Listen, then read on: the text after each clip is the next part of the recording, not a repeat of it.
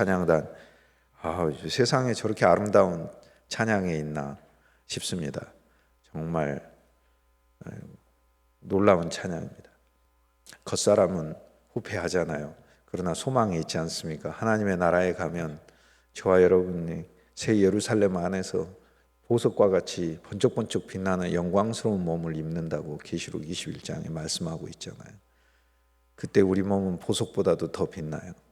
우리는 살면서 이제 보석을 치장을 해서 우리 자신을 이제 꾸미지 않습니까? 젊었을 때는 보석보다 사람이 더 이쁜데 이제 나이가 더 들어가면서 보석이 더 이뻐지기도 하고 보석을 찾기도 하고 그렇지요. 그러나 주님은 부활이요 생명이요 또 주님의 새 몸을 주시고 또 영원한 젊음을 주신다고 하셨으니 얼마나 감사합니까?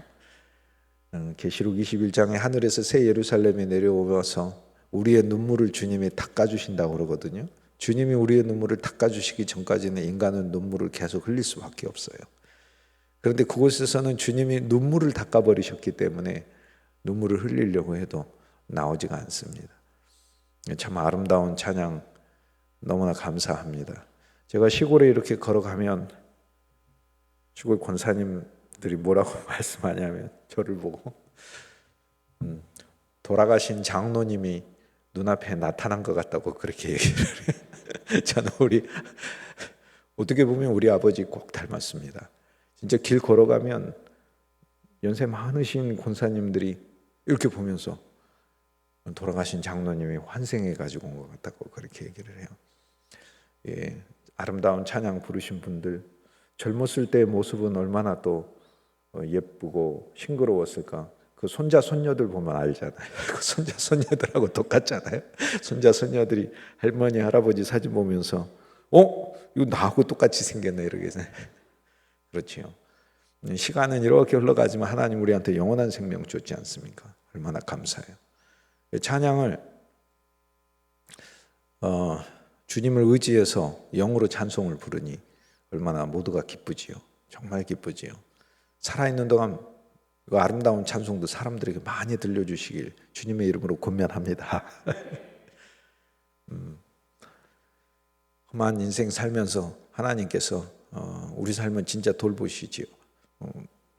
새벽에 나이가 더 들어갈수록 우리 그리스도인들은 영적으로 더 깊어지도록 하나님이 해놓으셨습니다. 누가복음 2장에 예수님이 예루살렘에 할례 받으러 성전에 갔는데요. 8일째 되는 날 할례 받고 그리고 성전에 예수님의 아기 예수께서 가셨을 때 아무도 예수님이고 못 알아봐요. 딱 두 사람만 알아봐요. 수천 명이 있는데 예수님의 정체를 몰라요. 딱 두 명만 알아봐요. 누가복음 2장에 시므온이라고 하는 늙은 선지자와 안나라고 하는 여자 선지자가 알아봐요. 그런데 안나의 나이가 성경에 나와 있어요. 과부된 지 84세라 이렇게 돼요. 이스라엘은 이제 10대 때 결혼을 하니까 정혼까지 해가지고 정혼 한 두세 살 되면 정혼하니까 90이 기본적으로 90이 넘은 할머니란 얘기 아니에요. 그런데 아무도 예수님을 못 알아봐요. 그런데 그 나이가 든 시므온과 안나가 이 아이가 만인을 구한 구주라고 얘기를 하는 거예요. 세상 일은 나이가 들어갈수록 더 잘 못하게 됩니다. 그렇습니다. 그러나 우리 그리스도인들은 나이가 더 들어갈수록 그리스도의 복음 안에서 더 풍성해질 수 있는 하나님께서 그렇게 만들어 놓으셨어요. 이제 기도를 해도 더 깊게 기도하실 수 있고 염려하면서 기도하지 마시고 자녀들 다 주님께 그냥 맡겨버리시고 기쁨과 약속과 소망 속에서 하나님께서 부으실 복을 기대하면서 아브라함의 믿음이 로마서 4장에 나오잖아요. 자기 몸이 죽은 것 같이 되어서 그 나이가 들어서 거의 100세 가까이 됐으니까 그러나 하나님께서 약속한 바를 이루실 것을 의심치 않고 확신하였다고 얘기를 하니까 하나님께서 우리 사랑하는 아름다운 찬양을 들으신 이 시니어 부들의 인생 위에 부으실 큰 복들을 늘 기대하면서 지성소로 들어가서 기도하시는 여러분 되시길 주님의 이름으로 축복합니다. 우리 하나님께서 그리스도를 통하여 우리에게 주고자 하시는 복은 한두 가지가 아니에요. 오늘날의 기독교의 가장 안타깝고 초보적인 모습은 뭐냐면 우리가 예수 믿고 천국 가는 정도 수준으로 알고 있는 거예요. 그건요, 그리스도 예수 안에서 우리가 받을 수 있는 복, 약속들 중에 수만 가지 중에 하나일 뿐이고 진짜 기초일 뿐이에요. 사실 죽어서 천국에 가는 게 아니고 그리스도 예수를 만나는 순간 우리가 하늘 성소 아래 있어요. 하늘 성소는 천국에서도 한 중심이에요. 나와 여러분이 하늘의 성소에 있으니, 하늘의 지성소에 매일 있으니 그것이 진실로 천국이에요. 예수님은 지금 천국을 실제로 주러 오셨어요. 예수님은 오셔가지고 무슨 능력이 없으셔서 뭐 미래에 주시겠어요. 예수님은 당장 주시러 오셨어요. 그래서 성경에 적어져 있는 모든 예수 그리스도의 약속은 우리가 당장 누릴 수 있는 약속인 거예요. 바울이 에베소서 3장에 이렇게 얘기를 합니다. 에베소서 3장에 모든 제자들 중에, 모든 사도들 중에, 모든 성도들 중에 지극히 가장 작은 나에게 하나님이 이 은혜를 주셨는데 그것은 측량할 수 없는 그리스도의 풍성함을 전하게 하려고 한다 그래요. 측량할 수 없는 그리스도 예수의 풍성. 이거 이제 영어 잘하시는 분들 계시고 그럴 테니까 제가 가끔 영어 성경 보면 이게 unsearchable richness of Christ 그렇게 돼 있어요. unsearchable 또는 immeasurable riches of Christ. 측량할 수 없는 도저히 계량이 불가능한 그리스도 예수의 풍성. 이게 예수 그리스도 안에서 우리한테 부어졌어요. 이 풍성 안에는 우리 인생을 돌보시는 게 왜 없겠어요? 100만 번, 1000만 번 돌보시지. 붓고도 남습니다. 그런데 어제 말씀드렸잖아요. 하나님이 우리를 대하시는 여러 가지 방법이 있다니까요. 하나님의 긍휼이 있어요. 하나님의 긍휼은 우리를 불쌍히 보시고 하나님께서 우리에게 다가오시는 거예요. 긍휼한 마음을 가지고 사람들을 바라보잖아요. 긍휼이 기준이 되면 다른 게 거기에 끼지 않지 않습니까? 우리가 길 가다가 예를 들어 구걸하는 사람을 봐서 도와줄 때 사랑해서 도와주는 게 아니잖아요. 친해서 도와주는 게 아니잖아요. 그 사람이 공로가 있어서 도와주는 게 아니잖아요. 우리가 주위에서 아주 열악한 현실에 있는 형제나 이웃에 대한 이야기를 들었을 때 우리 마음에 긍휼의 감정이 들잖아요. 하나님의 마음이거든요. 긍휼의 감정이 들잖아요. 하나님은 우리를요 긍휼을 가지고 대하셔. 이게 긍휼이 그래서 성경에서 제일 좋은 하나님의 성품. 하나님은 우리를 불쌍하기 때문에 돌보셔요. 불쌍하기 때문에.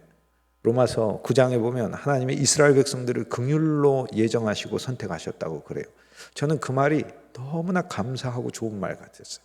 하나님이 나를 예정하신 것에 나를 위한 하나님의 그 마음이 그 진리 속에 들어있어요. 그 무슨 얘기냐면 하나님의 창세 전에요.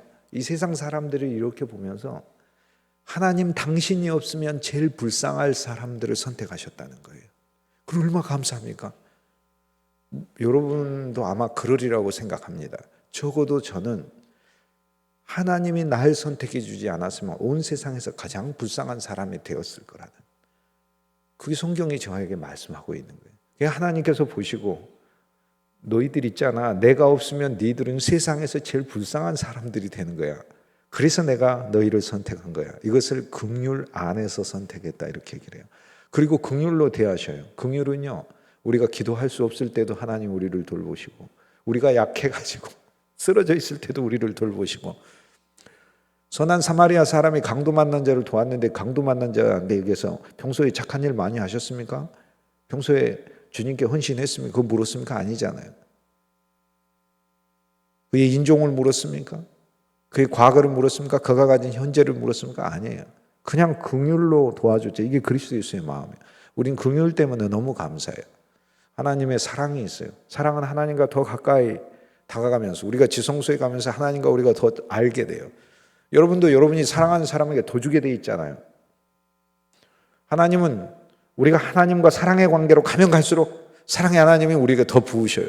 그래서 긍휼만 기대서 사는 그리스도인이 돼서는 안 돼요. 하나님과 사랑의 관계로 나아가면 사랑 때문에 하나님께서 우리에게 부으시는 상이 있어요. 근데 사랑만이 아니에요. 믿음의 관계가 하나님과 우리의 가장 기본적인 관계가 돼야 돼요. 믿음이 없이는 하나님을 기쁘시게 하지 못한다 그래요. 반대말로 바꾸면 믿음을 가지고 하나님께 나오는 자들은 하나님이 기뻐하신다고 그러잖아요. 그러니까 긍휼로 하나님이 우리를 대하실 때는 긍휼을 베푸시면서 기뻐하시는 게 아니고 주님은 안타까워하시는 거죠. 가련한 인생이구나. 내가 돕지 않으면 네가 어떻게 살 거냐. 그런데 믿음을 가지고 나오는 사람은 하나님이 기뻐하신다고 그러잖아요. 성경에 있는 많은 복들은 긍휼을 통해서 오고 성경에 있는 상당수 많은 복들은 사랑을 통해서 옵니다. 우리가 하나님을 사랑할 때 옵니다. 그런데 성경에 있는 정말 많은 복들은 그 일부는 우리의 행함과 우리의 헌신을 통해서도 와요. 분명히 와요. 하나님은 그래서 우리 일하는 것을 히브리서 6장 10절 하나님은 결코 불의하지 아니하사 성도를 섬긴 것과 하나님을 위하여 수고하고 헌신한 것을 결코 잊지 아니하시느니라 말씀하죠. 그러나 하나님 돕습니다. 반드시 갚으십니다. 놀랍도록 역사하십니다. 그런데 성경에 정말 수많은 항목은 믿음을 통해서 선물을 받도록 하나님이 해놓으셨어요. 이게 바로 로마서 4장 16절 말씀이라고 어제 집회에서 제가 말씀 나눴잖아요. 율법에 속하여 사는 사람이 아니라 은혜에 속한 사람이 되고 믿음에 속한 사람이 되게 하기 위하여 하나님 우리를 선택했다는 거예요. 그러니까 하나님이 우리를 향해서는 은혜로 언제나 오셔요. 은혜로 오셔요. 그냥 은혜로 오셔요. 은혜로 오시고 은혜로 준비하시고 은혜가 우리를 이끌고 가고 은혜가 우리 주위에 둘러싸고 있어요. 그런데 우리가 하나님을 향해서는 하나님이 원하시는 관계는 믿음. 하나님이 우리가 진실로 하나님을 기대기를 원해. 그런데 이 믿음은 너무 쉽고 좋은 거예요. 믿음이란 뭐냐면 우리가 몸이 힘들잖아요. 그러면 어디 의자 없나? 의자 찾게 되죠. 의자에 앉는 거. 어디 기댈 데 없나? 의자가 없으면 어디 기대기라도 기대는 거. 그게 믿음이에요. 믿음이란 내가 기대는 겁니다. 내가 그걸 의지하는 거예요. 그게 믿음인 거예요. 그러니까 믿음이 없는 건 교만한 것이죠. 나 혼자 세상을 살겠다는 거 아닙니까? 기도하지 않는 것도 교만한 거 아닙니까? 자기 힘으로 한번 다 해볼 수 있다는 거 아닙니까? 그러니까 믿음이 있는 것은 그 자체가 겸손한 거예요. 하나님을 내가 신뢰하고 기댄다는 이야기예요. 하나님을 의뢰한다는 이야기 아니에요. 오늘 창세기 49장 읽었는데 창세기 49장 성경에서 정말 특별한 장이에요. 저와 여러분이 창세기 49장에 대한 말씀이 더 알려지고 더 알게 되고 이 말씀 속에 있는 비밀들이 더 일생 동안 깨달아졌으면 하는 게 제 바람이고 이 말씀을 볼 때도 늘 그래요. 주여 제 눈을 여셔서 창세기 49장의 말씀들을 더 알게. 왜냐하면 이 창세기 49장은 장 자체가 처음부터 끝까지 축복이기 때문에 그래요. 축복으로 가득합니다.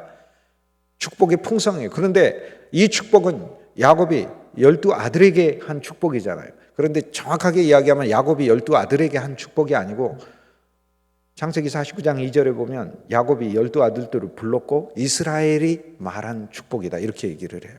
이스라엘이 말한 축복이다.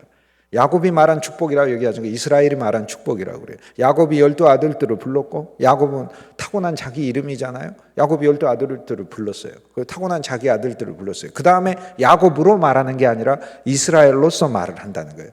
하나님이 바꿔주신 이름이잖아요. 이스라엘 이름은 하나님과 씨름하여 선물로 받은 이름이잖아요. 그 이름 속엔 하나님의 약속이 들어있잖아요. 너는 하나님과 겨루어 이긴 자다. 너는 하나님의 보좌에 앉은 자다라는 뜻이거든요. 하나님의 황태자. 그 이름 안에 이미 약속이 들어있잖아요.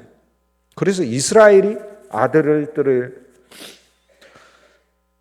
세워두고 한 말씀이다. 야곱은 아들들을 불렀고 이스라엘은 아들들에게 말했다 이렇게 얘기합니다. 여러분 우리들은 육신적으로 좋은 부모일 수도 있고 부끄러운 부모일 수도 있고 그러겠죠. 그래서 육신으로 우리 자녀들을 부릅니다.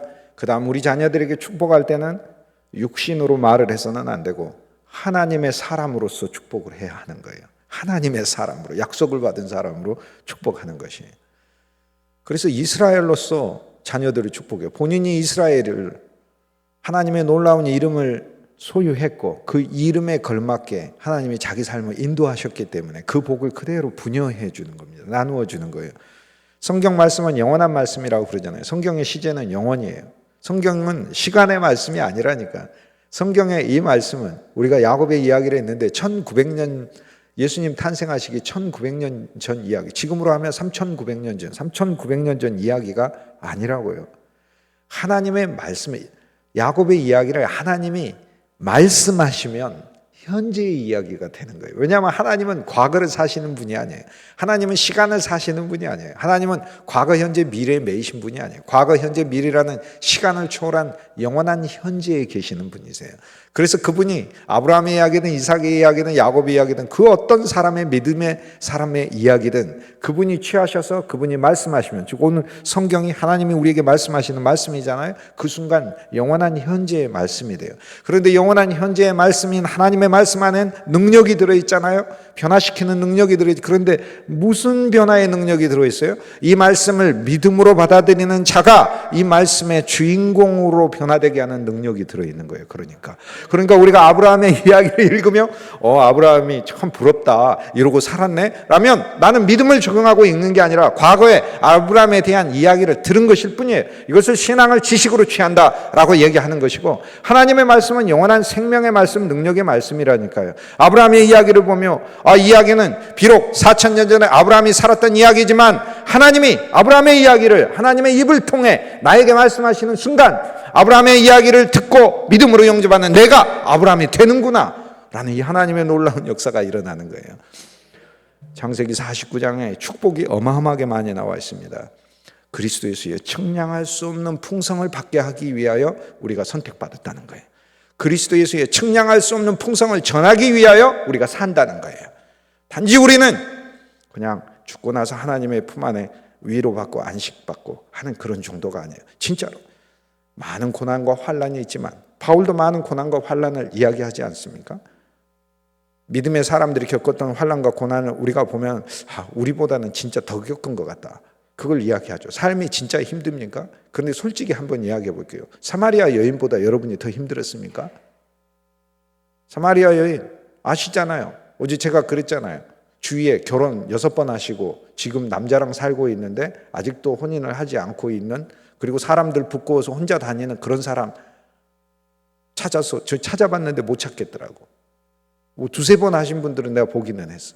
6번 못 찾았어. 그 가운데서는 자기 잘못으로 쫓겨나기도 했고, 어쩔 때는 정말 형편없는 남자 만나가지고 배신당하기도 했고 쫓겨나기도 했고 그랬겠죠. 네, 어떠한 인생에 있는 사람이라 하더라도 주님께서는 그 사람의 인생을 지금 당장 바꾸시고 지금 당장 축복을 주시는 주님으로 있는 거예요. 여러분, 기왕의 신앙생활 하는데 하나님의 축복을 먼 미래로 돌려놓고 믿지 마시고, 믿음은 바라는 것들의 실상이라고 그랬으니 여러분 마음 안에 믿음으로 여러분이 소망하고 바라는 그 복들을 하나님 앞에 감사함으로 이미 받은 것으로 여기게 주의 이름으로 권면합니다. 아름다운 교회에서 그리스도께서 특별히 사랑하시는 이 그리스도의 몸된 제단에서 여러분들이 신앙생활을 하는 동안 진실로 너무나 좋은 환경들 다 있는데 예수 그리스도 안에 있는 이 놀라운 풍성의 항목들을 다 누리지 못한다면 이 어찌 불행입니까? 얼마나 큰 불행입니까? 그러므로 소망을 가지십시다. 성경을 읽으면 모든 축복은 그리스도 예수 안에서 믿음으로 우리가 받는 겁니다. 그런데 율법은 축복과 저주가 같이 있잖아요. 그런데 하나님은 우리를 율법의 언약으로, 첫 언약으로 대하시는 게 아니라 은혜의 언약으로 대하시는데 그게 새 언약이잖아요. 그럼 저주는 어떻게 됐느냐? 저주는 누군가 담당하셨잖아요. 누가 담당하셨어요? 우리 주 예수 그리스도가 담당하셨잖아요. 그가 채찍을 맞음으로 우리는 더 맞았다가 아니고 그가 채찍을 맞음으로 우리는 나음을 입은 거 아닙니까? 그가 징계를 받음으로 우리는 사함을 입은 거잖아요. 그가 수모를 당함으로 우리는 명예를 입은 것이지요. 이게 우리 주 예수 그리스도 안에서 그리스도가 담당하셨어요. 성경에 나와 있는 모든 저주 예수 그리스도의 십자가에서 주님이 지셨어요. 그분이 죽으셨는데 지지 못할 죽음이 어디 있어요? 사람이 하나님을 향해 저지를 수 있는 최고의 제일 큰 죄가 뭔 줄 압니까? 인류가 하나님을 향해 저지른 제일 큰 죄? 에덴 동산에서 선악과 먹은 죄? 그거는 아무것도 아닙니다. 인간이 하나님을 향해서 저지른 최고의 큰 죄는 하나님이 인간을 구원하시기 위해서 자신의 아들 예수 그리스도를 보냈는데 인간이 거절해서 십자가에 못 박아버린 게, 이게 인간이 하나님을 향해서 저지른 최고의 가장 큰 죄예요. 십자가는 인간이 하나님을 향해 저지른 가장 큰 죄인데, 동시에 십자가는 하나님이 당신의 아들을 우리를 위한 죄값으로 바꾸신 하나님의 사랑의 절정이에요. 그래서 인간 죄악의 절정이 십자가고 하나님 사랑의 절정이 십자가예요. 이거 놀라운 거예요, 놀라운. 그리고 예수 그리스도는 죽기까지 하나님께 순종하셔서 인간으로서 하나님 앞에 바칠 수 있는 최고의 믿음의 순종이 십자가예요. 그래서 십자가는 비밀인 거예요. 십자가는 그리스도가 다 지셨어요.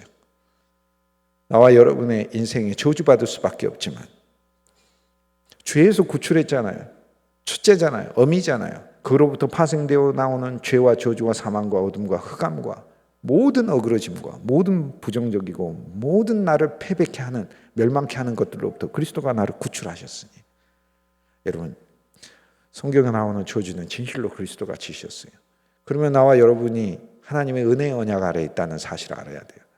우리가 해야 될 것은 우리가 어떤 환경에 있든지 간에 우리가 육체적으로 좋든 나쁘든, 실은 우리가 영적으로 건강한 상태에 있든 아니면 우리가 연약한 상태에 있든 그거 개의치 마시고 그냥 그 자리에서 주 예수의 이름을 부르고 주님을 찬송하실 수 있게 우리 주 예수 그리스도의 이름으로 권면합니다. 그냥 찬송하시면 찬양하는 그 순간 하늘인 것이에요. 그냥 찬송하시면 주님이 이미 맡으셨기 때문에 맡으신 주님이 당신의 풍성한 은혜를 우리에게 보이시는 것이에요. 이게 놀라운 복음의 신비인 것이에요. 창세기 49장에 수많은 축복들이 등장해요. 이 복들은 그리스도 예수 안에서 하나님께서 우리에게 주고자 마련하신 복이에요. 그러므로 우리는 이 복들을 읽을 때 주 예수님, 당신께서 이 복을 우리에게 주시고자 원하시는 걸 제가 알았습니다. 그리스도 안에서 제가 이 복을 이미 받은 줄 믿습니다. 내가 인생을 살면서 이 복이 내게 나타나게 해주십시오. 이 기도가, 이 진리의 깨달음이 저와 여러분의 심령에 가슴속에 한가운데 가득 서 있길 주의 이름으로 권면합니다. 가장 첫 번째 복은 루벤아 너는 내 장자요 내 능력이다, 내 기력의 시작이다, 이렇게 얘기해요. 루벤아. 그런데 루벤에게 주는 복이 있어요. 능력이고 기력의 시작이고 장자다, 이렇게 얘기해요. 여기에 하나님께서 우리에게 기본적으로 주시는 복이 있습니다. 예수를 믿는 사람이든 안 믿는 사람이든 루벤은 첫 번째 아들이잖아요. 그냥 태어난 모든 하나님의 자녀뿐 아니라 이 세상에 있는 그냥 모든 사람들은 하나님이 능력이 있게 하셨고 하나님께서 아담의 장자로 세워두셨어요. 그래서 기력이 분출되게 돼 있고 위풍이 월등하고 당당하게 하나님 해놓으셨어요. 이 세상에 태어나면서 천재가 따로 있는 거 아닙니다. 제가 발견한 놀라운 사실들이 하나님 깨닫게 해주신 게 있어요. 그리스도의 생명이 제 안에서 오면서 제가 보니까 세상의 모든 사람을 하나님이 천재로 만드셨더라고요. 진짜 다 천재예요. 천재가 따로 있는 거 아니에요. 영재가 따로 있는 거 아니에요. 세상의 모든 자녀들을 하나님이 천재로 만드셨다니까. 본인이 몰라가지고 본인이 웅크리고 사는 것일 뿐이지. 하나님이 진실로 모든 사람을 이 세상에서 그래도 밥 먹고 살 수 있을 정도의 능력으로 하나님께서 주어서 보내셨어요.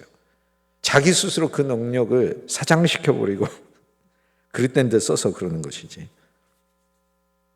루벤아 장자의 능력이요 기력의 시작이요 위풍이 월등하고 권능이 탁월하다. 하나님 그렇게 해놓으셨어요. 하나님 그렇게 해놓으셨는데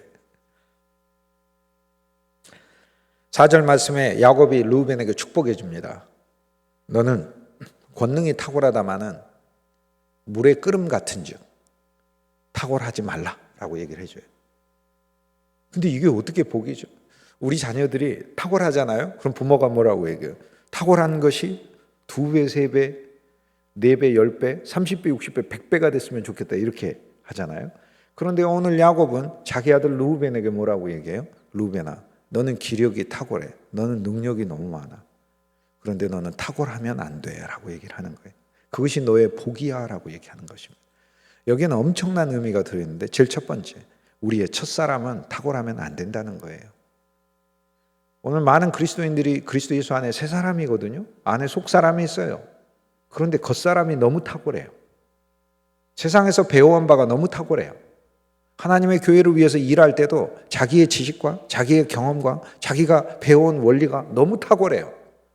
그런데 그게 축복이 아니다는 거예요. 탁월하지 말라라고 얘기하는 거예요.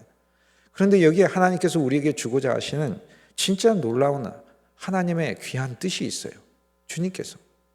주님께서는 문벌이 있는 자, 바울이 얘기하자. 너희 중에 문벌이 있는 자가 있느냐? 가문이 좋은 자가 있느냐? 너희 중에 학벌이 있는 자가 있느냐? 너희 중에 세상적으로 뛰어난 자가 있느냐? 오늘날 교회 보니까 있더라고요. 많더라고요.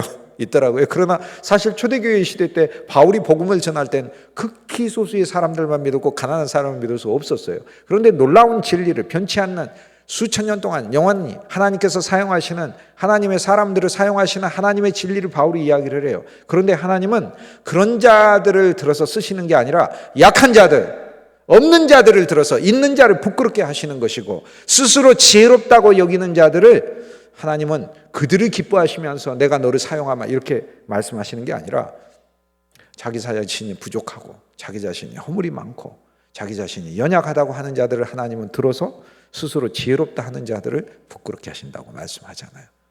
여러분, 예수 그리스도를 믿는 것은요, 내 첫사람이 탁월해지지 않는 것입니다. 어떤 사람 보면 지혜가 넘쳐요. 근데 그 지혜가 예수를 믿고 나면 그 지혜가 방해가 되는 거예요. 어떤 사람은 세상의 원리와 경험이 너무 많아요. 그런데 그게 인간관계에서는 도움이 되고, 그분을 만났을 때 많은 어떤 도움을 받는 좋은 말씀들이 될 수는 있는데, 그분 자신이 하나님을 믿는 것에 있어서는 그 자체가 방해가 되는 거예요. 그것이 탁월하면 안 돼요. 어떤 것도 여러분의 성격 탁월하시면 안 돼요. 여러분의 특성 탁월하시면 안 돼요. 세상에서는 탁월해도 그리스도 안에서는 탁월하면 안 돼요. 하나님의 사람으로서는 또 이것이 더 탁월해서는 안 돼요. 여러분에게 제가 물어보겠어요. 여러분이 여러분의 직업과 여러분이 가지고 있는 그 기술과 그리스도 예수에 대한 진리 중에서 뭐가 더 탁월하세요? 아마 거의 다수의 그리스도인들은 자기가 하는 일에 대한 전문성이 더 탁월하실 거예요. 주님 말씀하셔요. 더 탁월하지 말라고 말씀하셔요.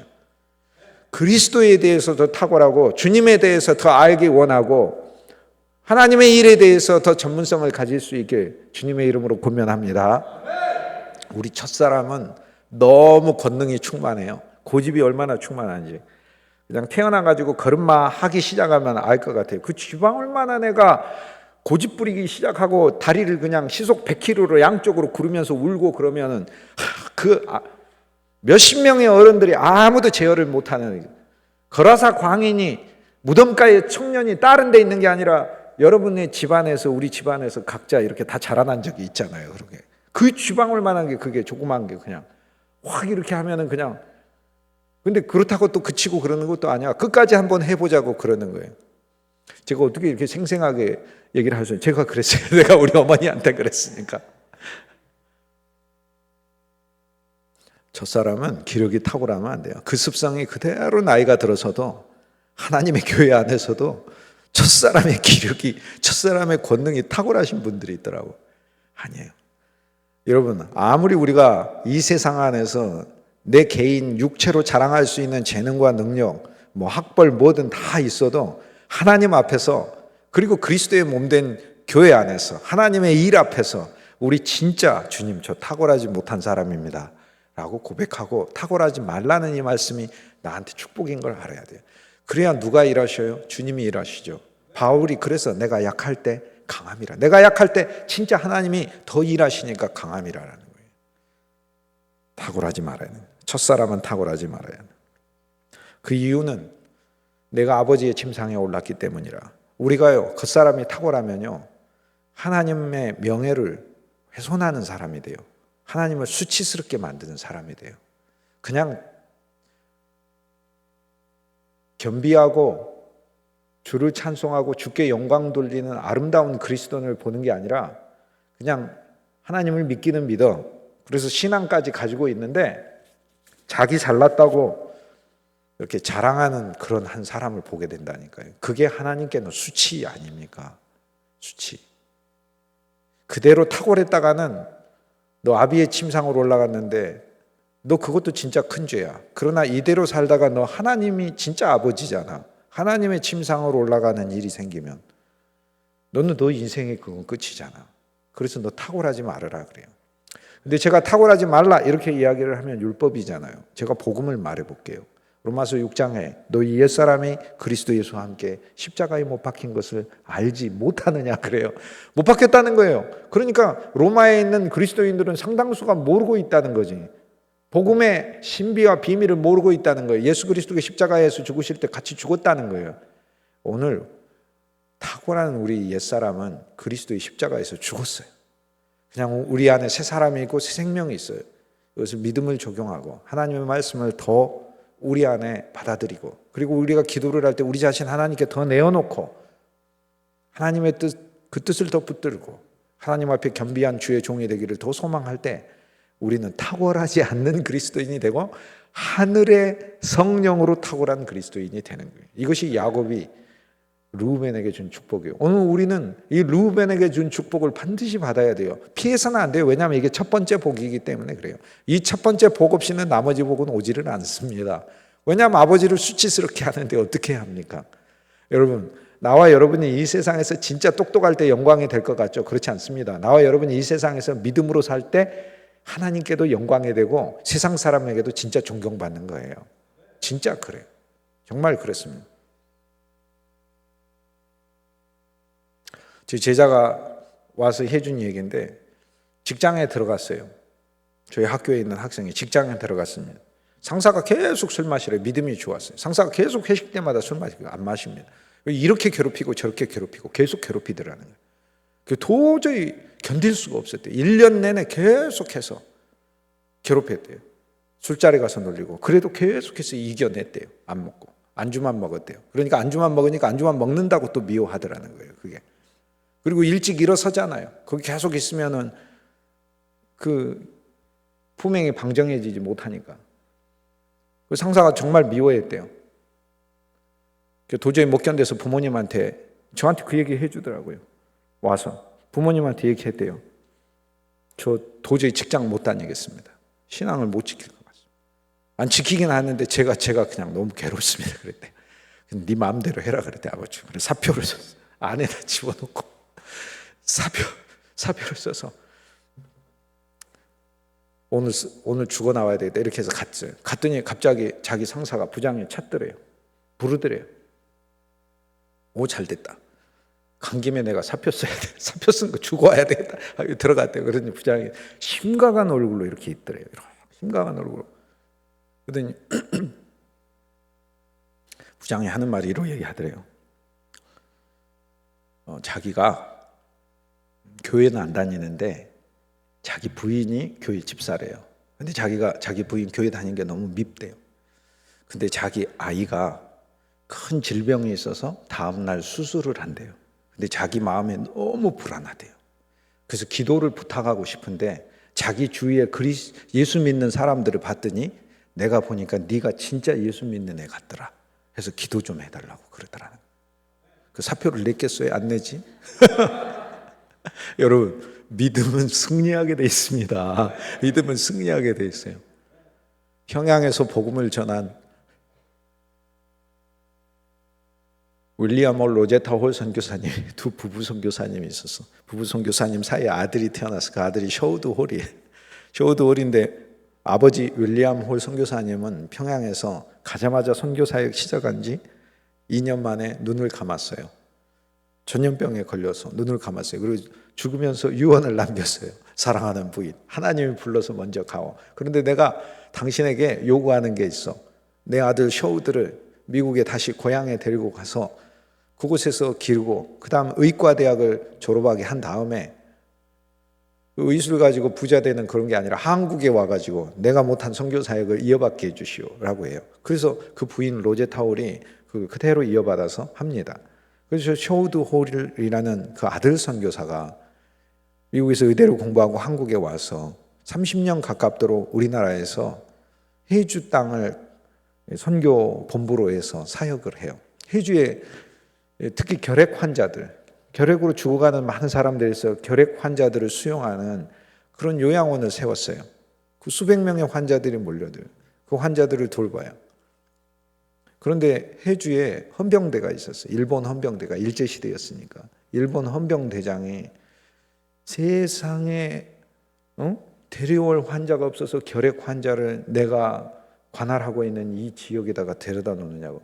수시로 병원에 와서 검문하면서 뭐 이상한 거 하나, 예를 들어 관광지에 가서 사진, 해안가 나무 사진 하나 찍었는데 너 서양 스파이 아니냐고 하면서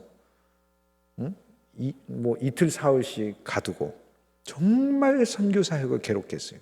그래서 이제 쇼우드 선교사가 믿음으로 인내하면서 하나님 어떻게 해야 됩니까? 이 선교 사역에 저 사람이 정말 방해가 됩니다. 얼마 되지 않아서 그 헌병대장이 찾아왔어요. 헌병대장 차가 딱 와서 서고 헌병대장이 오는데 그 전에처럼 위세를 부리고 오는 모습이 아니야. 종종 걸음으로 오는 거예요. 종종 걸음으로 와가지고 쇼우드 홀 의사 선교수님에게 고개를 90도로 숙이면서 의사 선생님, 제 아들을 치료해 주십시오. 제 아들이 결핵에 걸렸습니다. 이렇게. 근데 결핵 환자들이 나을 수 있는 또 치료할 수 있는 그 의술에 대해서 알아봤더니 쇼우드 홀이 제일 의술이 뛰어나다고 일본 의사들까지 그렇게 얘기하니까 이 헌병대장이 어쩔 수 없잖아요. 와가지고 그렇게 괴롭히던 사람. 여러분 믿음으로 인내하는 겁니다. 그리스도인이 세상에서 돈 없어서 창피한 거 아닙니다. 못 배워서 창피한 거 아닙니다. 믿음 없는 게 창피한 겁니다. 그리스도 예수가 구원해 줬는데 기쁨 없는 게 창피한 겁니다. 시몬과 레이에게 준 복이 있어요. 그들의 칼은 폭력의 도구다. 내 호나 그들의 모의에 상관하지 말지어다. 내 영광아 그들의 집회에 참여하지 말지어다. 그들이 그들의 분노대로 사람을 죽이고 그들의 혈기대로 소의 발목 힘줄을 끊었음이로다. 그 노여움이 혹독하니 저주를 받을 것이요 분기가 맹렬하니 저주를 받을 것이라. 내가 그들을 야곱 중에서 나누며 이스라엘 중에서 흩으리로다. 여기 저주받는다고 했는데 왜 축복입니까? 그런데 원문을 자세히 보면 야곱이 누구를 저주하냐면 아들을 저주하겠어요? 야 시므온아 너 저주받아 버려라. 레이야 저주받아 버려라. 그렇게 하겠어요? 그게 아니라 여기 무엇을 저주하냐면 그들의 노여움을 분노를 저주하고요. 그들의 혈기를 저주해요. 여러분 나와 여러분 혈기와 분노가 있잖아요. 어떨 때는 이거 가지고 우리가 세상 살았어요. 오기도 있어야 살지요. 그런데 성숙한 그리스도인 창세기 48장에 하나님의 복을 신뢰하는 그리스도인은 자기의 분노가 저주받아야 돼요. 그래서 자기 분노 보고 분노가 자라났습니다. 분노가 싹이 났네요. 분노가 꽃을 피웠고 분노가 열매를 맺었습니다. 분노가 30배, 60배, 100배로 분노가 커졌습니다가 아니라 하나님 내 분노는 저주받게 해주십시오. 그래서 진짜 분노가 나는 상황이지만 아니 분노가 아니라 그리스도 예수 안에서 주님이 나에게 주시는 인내가 나올 수 있도록. 분노는요 통제할 수가 없어요. 먼저 나가버리니까. 분노는 단거리 선수 같아요. 100m 달리기 선수 같아요. 분노는 그냥 튀어나가요. 그리고 나서 이성이 뒤늦게요. 깨달으는 거. 이성이 뒤늦게요.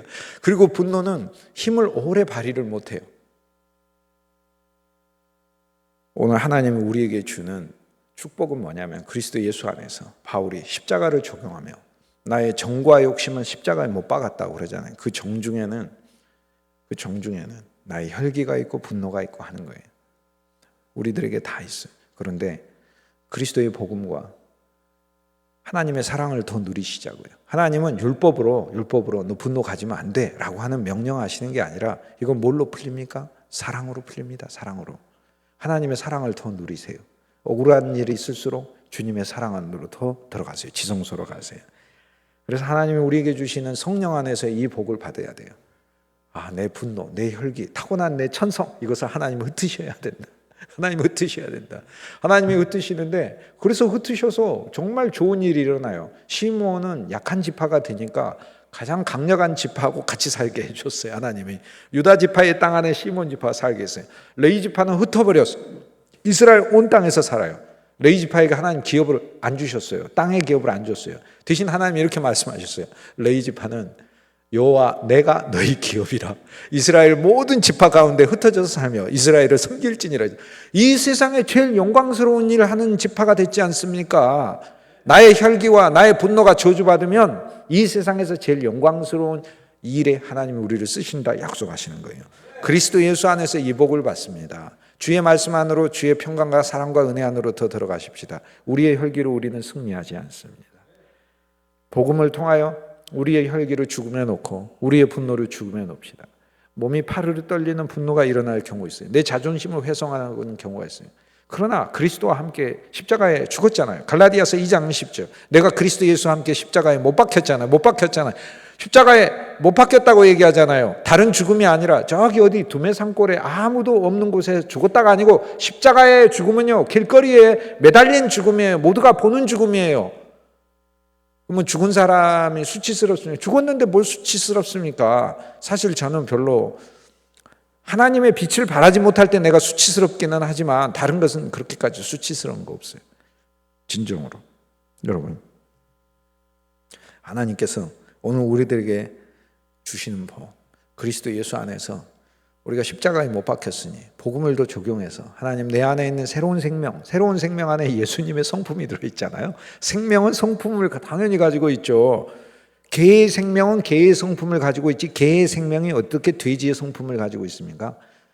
사람의 생명은 잘해봐야 사람 성품밖에 안 나와요. 그러나 우리에게 온 영원한 생명은 예수님의 성품을 가지고 있어요. 그래서 하나님의 살아있는 생생한 생명의 말씀을 통하여 여러분 심령이 아멘으로 받아들이고 매주일 늘 선포되는 그 말씀들 가운데 생명을 취하세요. 그래서 그 말씀으로 분노를 흩으세요. 그리고 하나님의 약속을 붙으세요. 그리고 율법은 분노 이게 저주받아야 된다. 그렇죠? 그리스도가 일으키셨어요. 분노를 저지해 놓으셨어요. 그리고 우리가 말씀 안에 어쨌든 주님을 의뢰하고 주 예수의 이름을 부를 때 분노에서 구원받고 싶으면 그 순간 주 예수의 이름을 불러야죠. 주 예수의 이름을 불러야 누구든지 주 예수의 이름을 부르는 자는 구원을 얻으리로다 했으니 주님 이 분노가 나를 파멸시킬 수 있습니다. 나를 구원해 주소서 해야 되는 거예요. 주 예수의 이름을 불러야 되죠. 그런데 그것만이 아니라 하나님께서 우리에게 믿는 자에게 해주신 약속이 있어요. 여기 율법은 야 분노 내면 안 돼. 너희 분노 흩어져야 돼. 네 혈기로 살면 안 돼. 흩어져야 돼. 그게 아니에요. 하나님의 약속을 해주셨다니까. 두 개의 약속을 해줬어요. 첫째, 원수를 사랑하고 적대자들을 위해서 기도하는 사람에게 주는 복이 있어요. 하나님은 모든 말씀 속에 복을 담겨놓고 우리에게 줘요. 이게 은혜라는 거예요. 은혜. 이게 새 언약이에요. 율법은 그냥 요구가 있어요. 물론 율법 중에도 아주 특이하게 축복이 달려있는 게 있어요. 내 부모를 공경하라. 그리하면 내가 이 땅에서 장수하리라. 그러니까 바울이 율법 중에서도 그 계명을 보면서 약속이 있는 첫 계명이다. 이렇게 그 이전의 계명들은 약속이 없어요. 그 이전의 계명은 명령만 있어요. 나 외에 다른 신을 두지 말라. 명령만 있어요. 그런데 우리 주 예수 그리스도 안에서 약속이 없는 모든 계명은 다 약속이 있는 계명으로 다 바뀌었어요. 그래서 측량할 수 없는 그리스도 예수의 풍성과 그분의 부요함을 누리는 존재가 된 거예요. 그래서 오늘 우리들은 주의 말씀에 무엇이든지 순종할 때 물 한 그릇이라도 줄 때 결단코 상을 잃지 아니하리라 이렇게 얘기했어요. 그래서 내가 분노를 표하지 않을 때에도 하나님은 나에 대해서 칭찬하시고 상을 가지고 있어요. 이게 하나님의 약속하신 것 첫째예요. 그래서 하나님의 약속을 믿고 내 혈기와 분노가 흩어지는 것이죠. 그리고 말씀으로 흩어야 돼요. 기도로 흩고 찬양으로 흩어야 하는 것이에요. 하나님은 우리에게 다양한 방법을 줬어요. 하나가 막히면 다른 것을 주신 거예요. 하나님이 주신 또 다른 약속은 원수 갚는 게 내게 있다 이렇게 말씀하셨어요. 너는 내게 맡기라 했어요. 원수 갚는 게 내게 있대요. 여러분 우리가 직접 원수를 갚으면 결국에 원수 갚음에 대한 피해도 내가 입게 되는 거예요. 그런데 하나님이 원수 갚으시면요 그 스케일이 우주적이에요. 어마어마합니다. 진짜 그렇습니다. 그래서 하나님의 손으로 떨어지는 것은 진짜 하나님의 손으로 하나님께서 쥐어버리시기 위해서 그 손 안에 떨어지게 되는 존재가 되는 것은 무서운 일이다라고 히브리서 10장에 얘기를 합니다. 원수 갚는 게 하나님께서 내게 있다고 말씀하시잖아요. 여기에 분노를 흩으실 뿐 아니라 우리를 어루만지시고 우리에게 상을 주시고 그분이 우리의 보복자가 되어주시겠다라고 말씀하시는 거예요. 얼마나 감사해요. 근데 진정한 보복은 내가 미워하는 모든 사람들이 예수 믿는 게 그게 보복인 거예요. 그래야 회개를 할 거 아닙니까? 49장 8절에 보면 유다에게 주는 복이 있습니다. 너는 내 형제의 찬송이 될지라. 이게 복이에요. 믿음 안에서 우리의 목표가 되도록 하시자고요. 가족들 모였을 때 형제들이고 또 교회 안에서 인간관계 속에서 직장에서 믿음 안에서 칭찬받는 그리스도인이 되기를 우리 소망해야 되죠.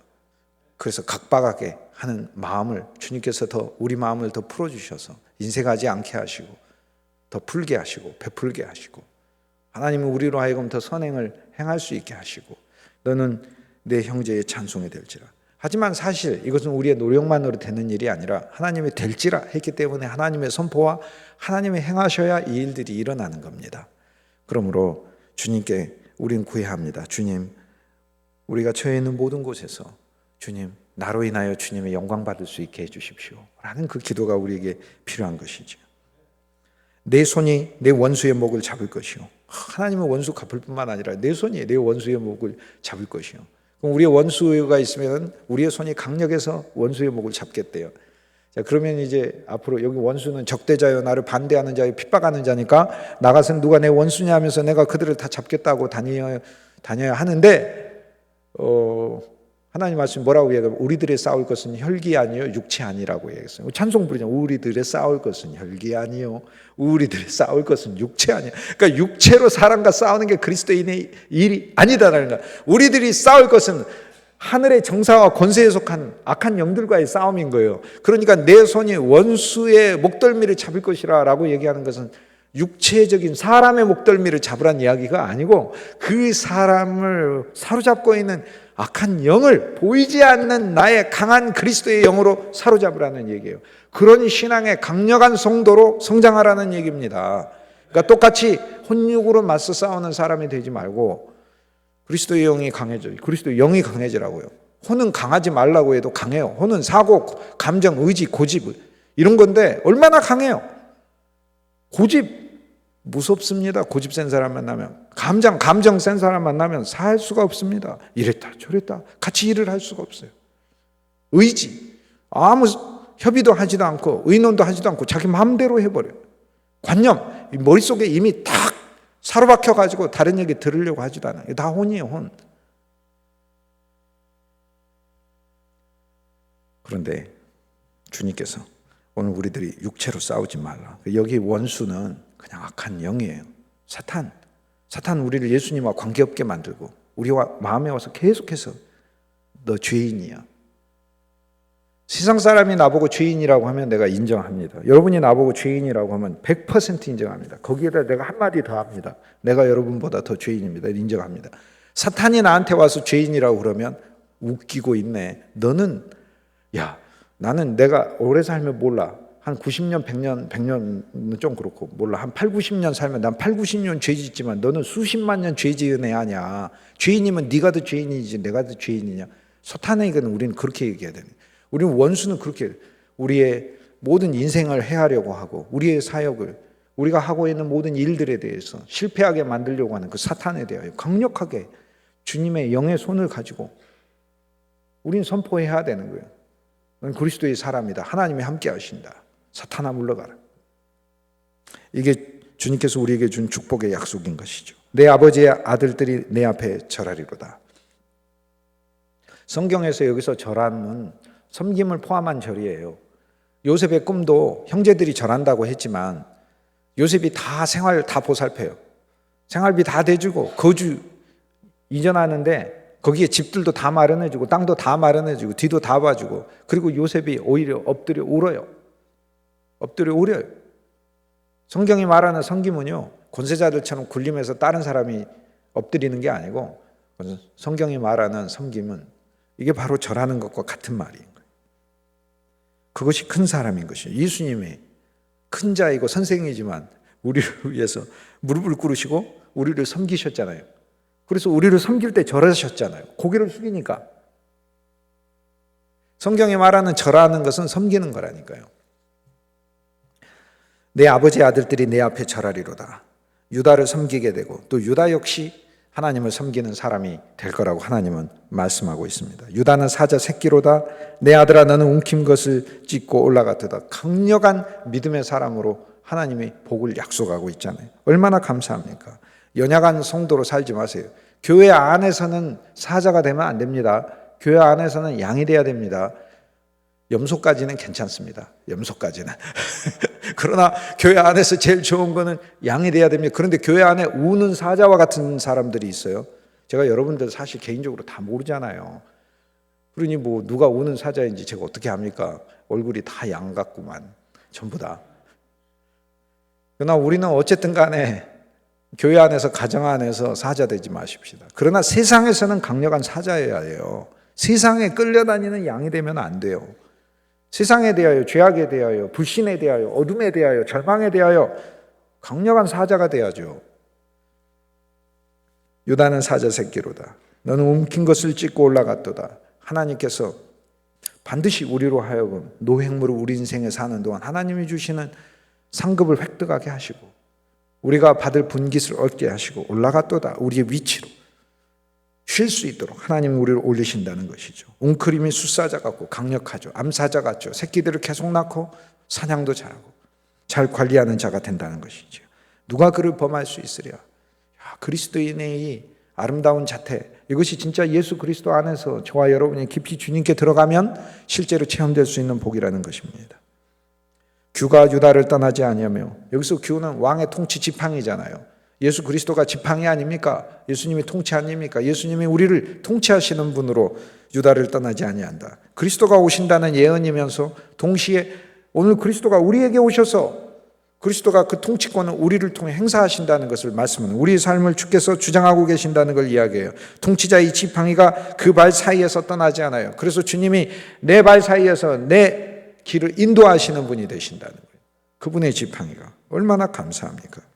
그의 나귀를 포도나무에 매며 그의 암나귀 새끼를 아름다운 포도나무에 맬 것이며. 나귀를 포도나무에 매요. 나귀를 포도나무에 매면 안 돼요. 그런데 나귀는 힘이 세거든요. 포도나무 가지는 그렇게 강력한 가지라고 할 수는 없어요. 그리고 포도나무 가지에 매면은 이게 포도도 떨어지고 그래요. 그런데 나귀를 포도나무에 맨다는 것은, 이건 무엇을 이야기하냐면 나귀를 쉬게 하기 위해서 포도나무에 맨다는 게 아니고 포도나무 열매를 따가지고 나귀에 싣기 위해서 맨다는 거예요. 그러니까 그만큼 풍성을 가리키는 거예요. 암나귀 새끼를, 그 새끼 암나귀들을 아름다운 포도나무에 또 맨대요. 이것은 포도나무가 너무 많아가지고 작은 새끼들 같은 경우 그냥 포도나무 밭에다 메어도 될 정도로, 그 정도로 하나님 풍성하게 하시겠다는 거예요.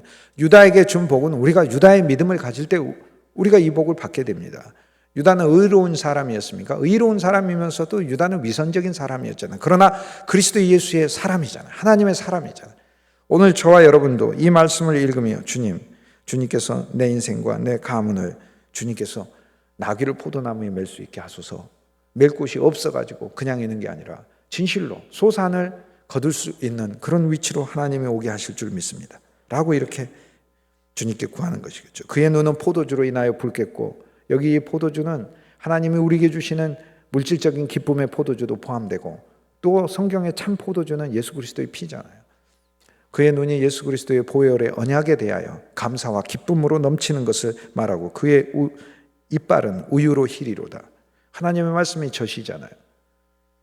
우리의 입에는 하나님의 말씀으로 우유로서 마시면서 늘 하나님의 말씀을 배우고 상고하는 자가 되어야 되는 거예요. 이것이 바로 유다의 복을 받는 비결이에요.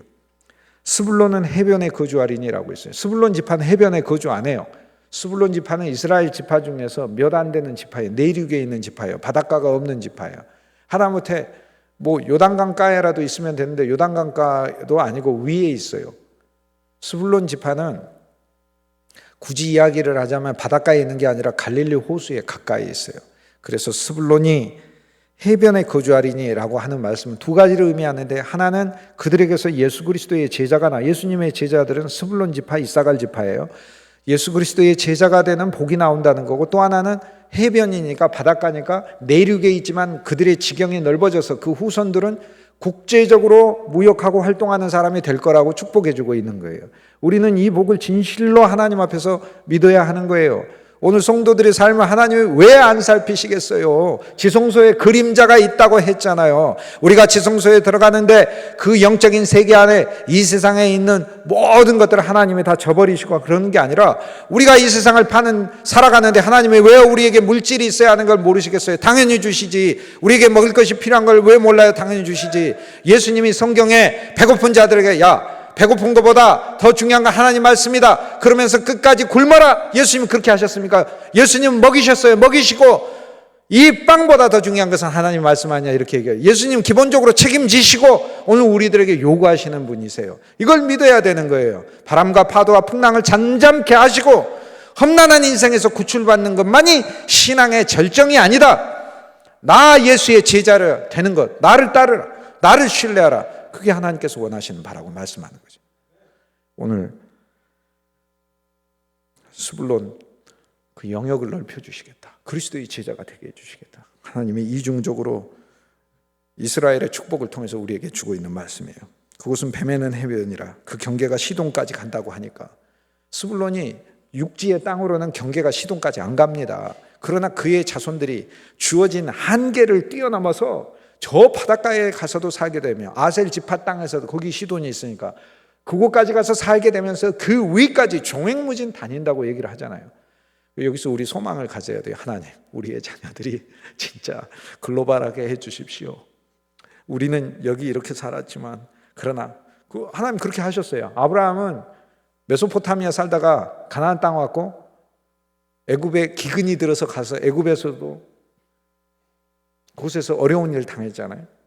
그러나 그의 아들 이삭은 100배나 하나님 복을 주셨고 그의 아들 야곱은 자손이 12이나 되면서 하나님을 훨씬 더 번성하게 하고 더 많은 땅을 갖게 했어요. 세겜도 갖게 하고 헤브론도 갖게 하고 브엘세바도 갖게 했어요.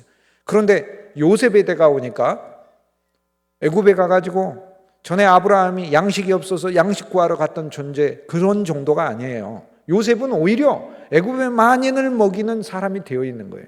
하나님의 복은 이렇게 놀라워요. 지금은 연약해 보이지만 여러분 믿음을 가지세요. 여러분에게서 세계를 흔들고 그리스도 예수께 영광을 돌린 자손들이 반드시 태어날 거라는 하나님 안에서 여러분 능력이 아니라 우리 자손들의 뛰어남, 탁월함, 그들의 첫사람의 탁월함이 아니라 하나님의 은혜와 약속을 통해서 믿음을 통해서 오늘 우리의 기대와 소망을 통해서 하나님의 긍휼을 통해서 하나님의 이 일을 반드시 이루실 것을 신뢰하시길 주님의 이름으로 축복합니다. 이사갈은 양의 우리에 앉은 건장한 나귀로다. 이것이 복이에요. 건강 하나님이 주시고요. 건강 주시는데 이 건강을 가지고 누리고 즐거운 일도 당연히 해야 되겠죠. 나귀니까 좋은 것도 싣고 다니고 그래야 되겠죠. 하지만 나귀의 기본적인 일은 그래도 짐을 지는 거 아니에요. 그래서 하나님 우리를 건강하게 하셔서 다른 사람의 짐도 짊어지게 하시고 물질적으로도 건강하게 하셔서 다른 사람의 짐도 짊어지게 하시고 신체적으로도 건강하게 하셔서 내가 다른 사람들을 위해서 섬길 수 있게 하시고 건장한 나귀로다 라고 얘기하는 거예요. 사실 야곱이 이렇게 얘기를 할 때 축복을 이야기할 땐 사실 그 이면에는 정말 놀라운 야곱의 자기 자식들에 대한 격려와 소망과 위로가 들어있어요. 이사갈 스불론은 야곱의 12아들들 중에서도 어떻게 보면은 레아의 5번째, 6번째 아들이잖아요. 레아의 5번째, 6번째 아들이야. 야곱이 제일 좋아한 건 라헬에게서 낳은 요셉과 베냐민이었잖아요. 그러니까 레아가 아들들을 낳았을 때 사랑을 안 줬고 레아가 첫째에서 넷째 낳았을 때도 안 줬는데 5째, 6째 낳았는데 사랑을 줬겠어요. 거기서 이사갈 스불론이 태어나요. 그런데 이사갈 스불론은 착한 아들이었던 것 같아요. 묵묵히 일만 했던 것 같아요. 그게 그 증거가 뭐냐면 여기 야곱의 축복이 그거인 거예요. 야곱이 여기 이스라엘이 이사갈에게 축복해요. 이사갈아, 너는 평소에 내가 이렇게 살펴보면 아버지가 너를 많이 인정해주고 사랑해주지 못했음에도 불구하고 너는 집안에서 진짜 일을 도맡아 했었다라고 얘기를 하는 거예요. 그리고 이사갈아, 너의 후손들은 대대로 이스라엘의 건장한 나귀가 될지어다라고 그 축복을 해주는 거예요. 그게 복인 거죠. 진짜 이사갈 지파는 하나님께서 사용하시는 지파가 되는 것입니다. 그는 쉴 곳을 보고 좋게 여기며 우리의 쉴 곳, 하나님의 품 안, 예수 그리스도 안, 그리스도의 몸된 교회, 그것을 보고 좋게 여기며 토지를 보고 아름답게 여기며 참 땅이신 우리 주 예수 그리스도, 하나님이 우리에게 준 기업, 우리의 가정과 일터와 우리의 자손들, 그것을 보고 아름답게 여기고 어깨에 짐을 메고 앞제 아래서 섬기리로다. 어깨를 내려서 짐을 메고 건장하니까 하나님을 위해 일할 수 있는 강건한 성도가 되며 앞제 아래서, 누구의 앞제 아래서? 그리스도의 통치 아래서, 그리스도의 지휘 아래서 일하리로다. 자기 마음대로 뛰노는 들나귀 같은 존재가 아니고 그리스도께서 인도하시는 대로, 그리스도께서 함께 하시는 대로 순종하며 일하리로다. 이게 복인 거예요. 여기 야곱의 축복이 보면 우리가 세상적으로 우리 자녀들에게 줄 수 있는 그런 복들의 요소 포함되어 있기는 해요. 그런데 차원이 다르잖아요. 하나님의 나라를 위한 하나님의 사람으로 마련되는 것이 복이고 하나님을 위해서 영광스럽게 쓰임받는 것이 복이고 우리 구주 예수 그리스도를 더 알아가고 그분의 언약과 구원을 더 기뻐하고 그분의 말씀으로 우리의 이가 희어지는 것, 이것이 복이라고 말씀하고 있잖아요. 사랑하는 여러분, 오늘 말씀의 이 복은 멀리 있지 않아요. 측량할 수 없는 우리 주 예수 그리스도의 풍성이 바로 이러한 복들을 다 포함하고 있는 거예요. 이 복이 저와 여러분에게 믿음을 통하여 이미 임한 줄 믿습니다. 그리스도 예수를 더 알아가 이 복이 우리의 인생과 우리의 자손 만대로 하나님께서 반드시 발현시키실 것을 확신하시길 주의 이름으로 축복합니다. 찬송.